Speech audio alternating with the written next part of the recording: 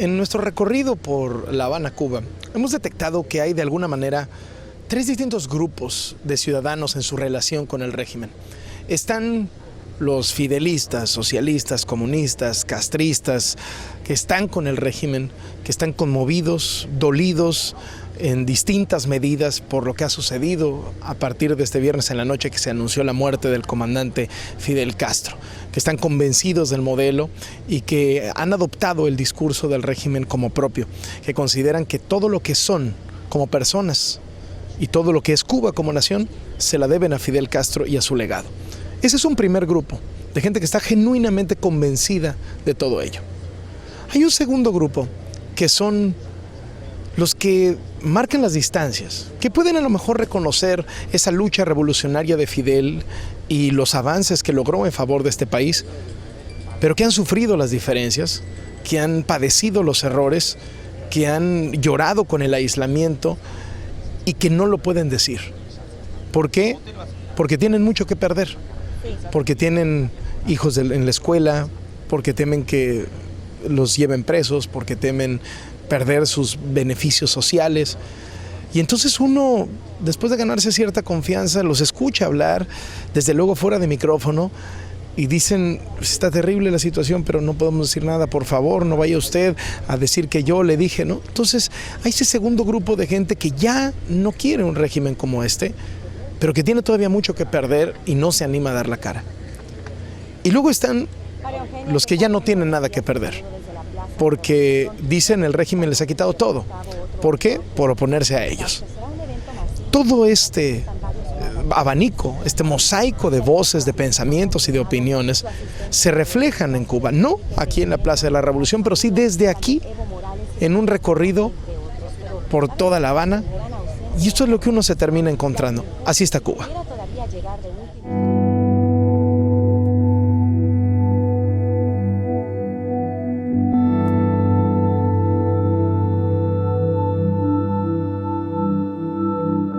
Y he sufrido mucho porque yo amo a mi Brasil. Yo pienso que él no se ha ido. El luto no es 9 días. Para un cubano, para una persona que se sienta revolucionario, no es 9 días. Es toda una vida, todo un siglo, toda una eternidad. Y para mí Dios es lo más grande, pero después Dios está él. Vamos a seguir luchando como Él nos enseñó. Y yo pienso igual que Fidel, que lo llevo aquí y aquí. Y digo como siempre, Fidel, hasta la victoria siempre. Fermín González se despertó temprano.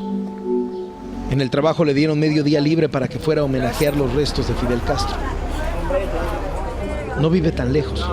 Fue de los primeros en llegar.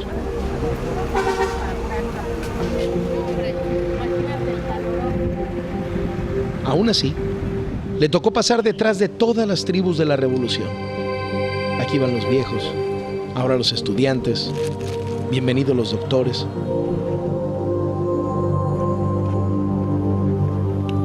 En el mausoleo no se ve ninguna urna.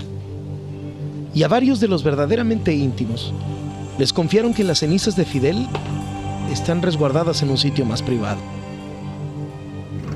Pero los que se quieren despedir se forman para entrar al monumento a José Martí, porque les han dicho que las cenizas ahí están. Y en esta tierra serán buenos para muchos deportes, pero no para el deporte de cuestionar.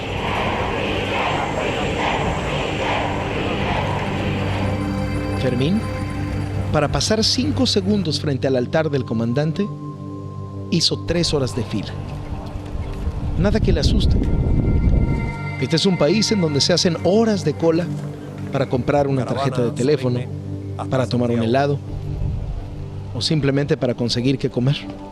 Yo realmente, personalmente, hubiera querido conservar a Fidel, no quemarlo. Fermín está emocionado.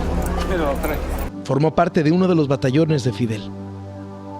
Fue desde la adolescencia miembro del ejército de maestros que alfabetizaron el país e hicieron de la educación en Cuba una leyenda mundial. Así que hoy dijo presente, por última vez, en la Plaza de la Revolución. A 50 minutos de ahí en coche, a las afueras de La Habana, otro combatiente de Fidel lamenta no poder pasar revista. Vicente Oviedo fue soldado, pero sin metáfora. soldado de los que dispararon cañones de artillería rusos para resistir la invasión de Estados Unidos en Bahía de Cochinos hace más de medio siglo, bajo las órdenes de Castro. Pero yo lo necesito a ustedes que se preparen en una zamba nueva que entraron ahí. Yo le voy a dar 3 días. Pero luego le dio diabetes y cáncer. Está desahuciado. Está aquí. Y Le amputaron las piernas y no tiene cómo moverse con el resto de la tropa para cuadrarse una última vez ante su líder. Cuba sigue en silencio. Si alguien pone música, el vecino lo calla. El sol amerita una bucanero bien fría, pero nadie se atreve a beber alcohol, no se vaya a tomar como una falta de respeto. Los mojitos con ron se sirven solo en los hoteles y para los extranjeros y turistas que no se adhieren a los 9 días de luto nacional que decretó el gobierno. Pero no son los únicos que no están de luto. Este es el refugio de los opositores al régimen en La Habana. Aquí llegan cuando se sienten perseguidos. Aquí tienen sus reuniones semiclandestinas. Nos recibe su coordinador general. Ha vivido en México, estudió en Estados Unidos. Su padre luchó en el batallón del presidente Raúl Castro, pero en el mismo año en que triunfó la revolución, se decepcionó. Así que a su hijo nunca le contó el cuento de hadas. Hoy, Antonio Rodiles es una de las 3 cabezas del frente opositor Foro por los Derechos y Libertades. Mira, es muy difícil porque es casi, para quien no lo ha vivido, es casi imposible entender lo que es un régimen totalitario.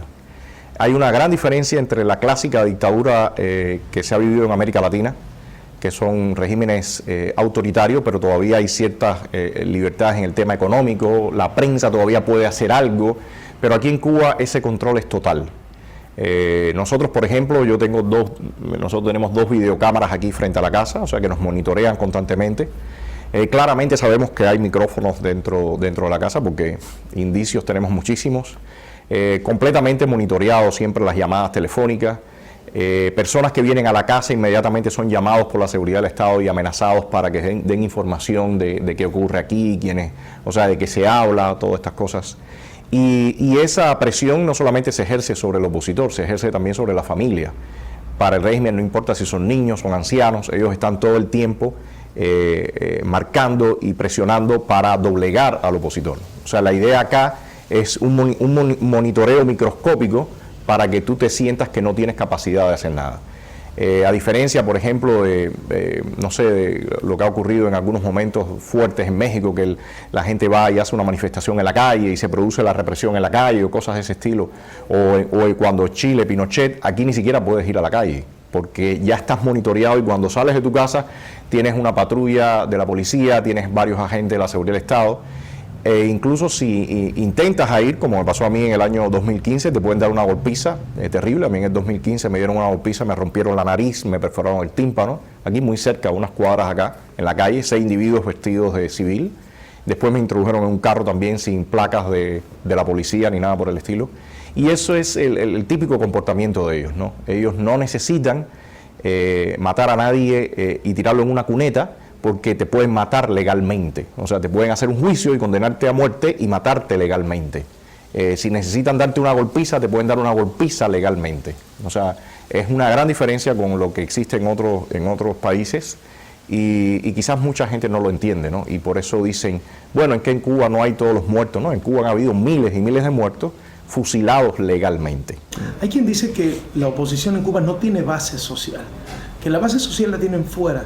Que los cubanos que están inconformes, que coinciden con ustedes, son los que ya se fueron, pero los que se quedaron aquí son fidelistas. ¿Es cierto eso? Bueno, habría que ver el índice de salida del país. Entonces, todo el tiempo, toda la gente que está saliendo, entonces del lado allá es anticastrista y aquí es castrista.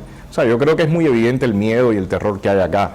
Y aparte, hacía unos años la gente ni siquiera te saludaba cuando sabía que eras opositor. Si lo hacían escondidas, ya eso cambió completamente. Las personas en la calle nos saludan, nos dan muestras de afecto y claramente yo diría sin temor a equivocarme que más de un 85% de los cubanos están en contra del régimen. Lo que tienen terror expresarlo. Obama había decidido entrar en un proceso donde les regalaba todo al régimen sin pedirle nada a cambio, y ya Trump ha dicho que no va por ahí en su administración. La inclusión de algunos cubanos americanos, algunos amigos cercanos que sé perfectamente bien cómo piensan y cómo van a actuar, las declaraciones que han hecho. Trump acaba de declarar que murió un dictador brutal. O sea, yo creo que todo eso, adicionando que ya Fidel Castro no está, adicionando que Raúl Castro tiene 86 años, o sea, yo creo que los planes que ellos tienen de construir esta dinastía tropical de la familia Castro, donde Alejandro Castro Espín, el hijo de Raúl Castro, es ahora quien está manejando el poder, donde el yerno es el que maneja las relaciones con las empresas extranjeras. ¿Son ustedes de los pocos latinos que ven a Trump con esperanza? Sí.